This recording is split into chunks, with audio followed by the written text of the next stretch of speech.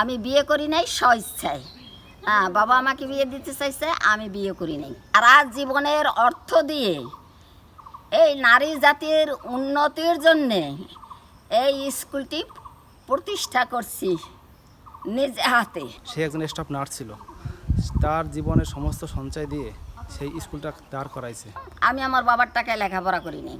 বাবা আমাকে লেখাপড়া করাবে না, ছোট থাকতে বিয়ে দেবে, কিন্তু আমি বিয়ে করব না। আমি একটু জায়গা পাইলে একটা ক্লিনিক, যাতে দেশের জনগণ মনে করেন এইখান থেকে কোটালীপাড়া যাইতে 50 টাকা লাগবে, কথার কথা, তাহলে ওই 50 টাকা না দিয়ে তারা এইখানে সপ্তাহে একটা ডাক্তার আসলে তারা ওই 50 টাকা বাঁচাইয়া ডাক্তার দেখাইতে পারবে সংক্ষেপে। তখন আমি আর্ট করতাম। আর্টে 4 পয়সা আপনারা দেখছেন, 2 আনা দেখছেন, 2 পয়সা দেখছেন, 1 পয়সা ফুটো পয়সা দেখছেন, দেখেন নাই।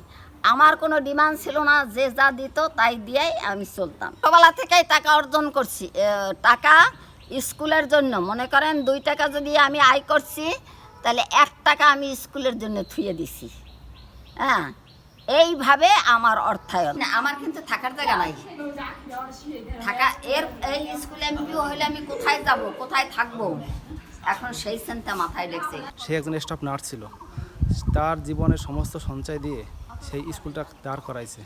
এখন স্কুলটা এমপিভুক্ত হওয়ার না কারণে স্কুলটা বন্ধ হওয়ার পথে।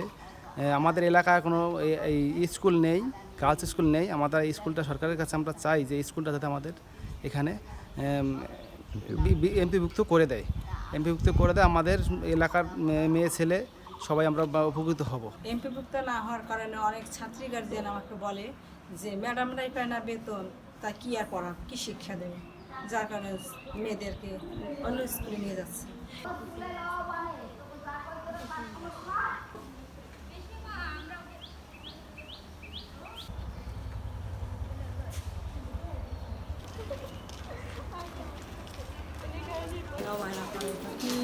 কি পড়ায় যায়, যার ভিতরে থাকবে সেই পৃথিবীতে অমর হয়ে থাকবে। কি বলো তো, একজন কেউ বলতে পারো? বাবাকে বলতে কেন?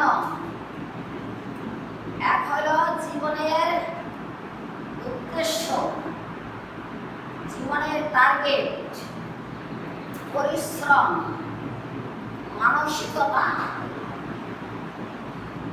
এটা খাবো না, ওটা খাবো না, আমার বাবার শক্তি নাই দেয়া।